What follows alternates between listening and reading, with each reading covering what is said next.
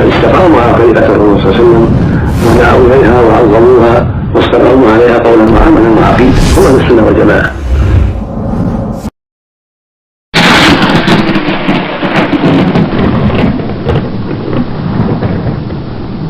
اب اس کو میں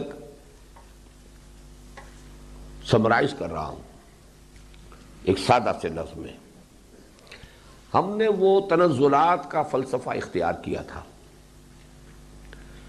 تنزلات، اللہ کا حرف کن، اس کا تنزل اول، اور میں نے اس کو، اللہ کا شکر ہے کہ اس سے بہترین صورت جو پیدا ہوئی ہے وہ یہ ہے کہ ذات باری تعالیٰ کے لیے تنزل نہیں ہے اس فلسفے میں، اس کے حرف کن کا تنزل ہے.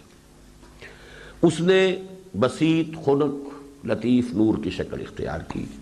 اس مرحلے پر اسی نور سے، یہ نہیں کہ وہ سارا کا سارا نور اس میں کنزیوم ہو گیا، وہ اب بھی ہے، لیکن اس میں سے ہی پھر انسانی ارواح اور ملائکہ کی تخلیق ہوئی، اور ان میں سب سے پہلی تخلیق روح محمدی، نور محمدی صلی اللہ علیہ وسلم.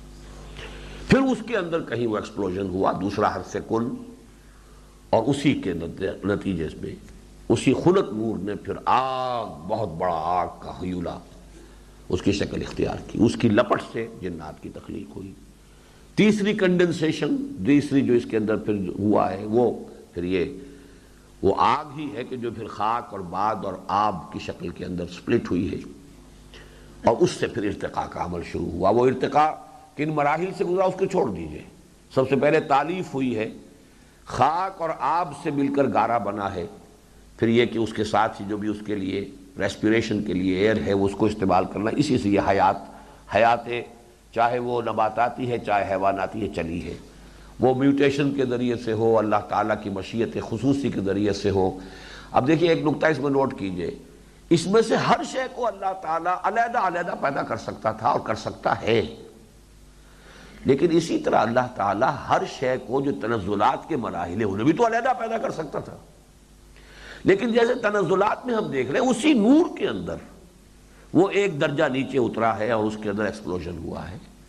وہی آگ جو ہے، نار، اس نے ٹھنڈے ہو کر یہ شکل اختیار کی ہے، وہ کرسٹ آف دی ارتھ بنا ہے اور اس میں پانی نکلا ہے. تو جیسے وہی شے ہے تسلسل اس تنزل میں، ویسے ہی ایک ارتقاء ہے جو میں مانتا ہوں، آپ نہ مانے ٹھیک ہے. اس کے بعد آدم.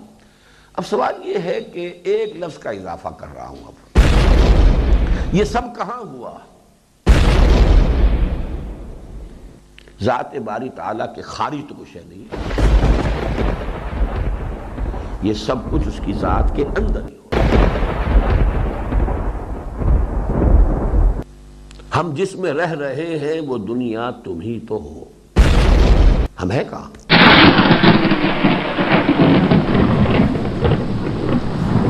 اگر ماہی کہے دریا کہاں ہے، اگر وہ پوچھے دریا کہاں ہے، وہ دریا کے اندر تو ہے.